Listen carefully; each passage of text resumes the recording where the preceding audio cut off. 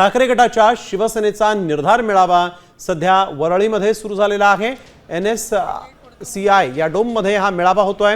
तर मुंबई महानगरपालिकेवर एकजुटीने भगवा फडकवण्याचा निर्धार यावेळेस करण्यात आलेला आहे। मुंबईचं भविष्य आणि मराठी माणसाचं अस्तित्व टिकवण्याचा संकल्प आहे।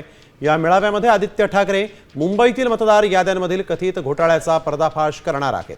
शिवसेनेच्या या निर्धार मेळाव्यामध्ये ते या संदर्भात सादरीकरण करणार आहेत।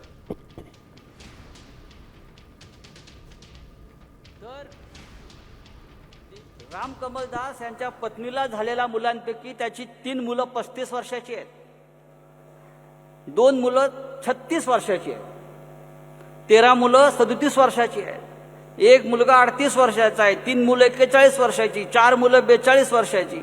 हे अशी फार मोठी यादी आहे आणि त्यांना एकही मुलगी नाही, एकही मुलगी नाही। आणि सगळ्यात शेवटी काय तर हा ब्रह्मचारी आहे।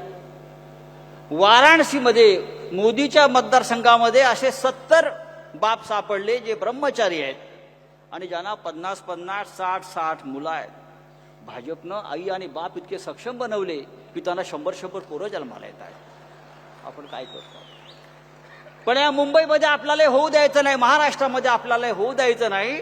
त्यासाठी आणि भाजपात जिंकण्याचं कारण काय आहे? ही 100-100 पोरं जन्माला घातली त्यांनी आणि म्हणून भारतीय जनता पक्ष जिंकला।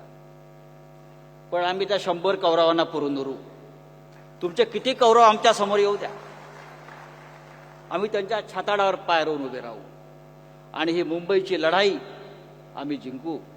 उद्धव साहेब, ही मुंबई आपली आहे, तुमच्या नेतृत्वाखाली आम्ही या मुंबईवर भगवा झेंडा फडकवू। आपण आलात, आपलं मार्गदर्शन आता होणार आहे, पण त्याआधी आपल्या सगळ्यांचे नेते युवा सेना प्रमुख माननीय आदित्य ठाकरे हे इथे एक प्रेझेंटेशन फार महत्त्वाचं देणार आहेत। आपण ते प्रेझेंटेशन पाहावं आणि मी आपली रजा घेतो। जय हिंद, जय महाराष्ट्र। आता isakal.com आहे देशातील नंबर 1 ची मराठी न्यूज वेबसाईट। प्रत्येक अपडेटसाठी isakal.com ला नक्की भेट द्या।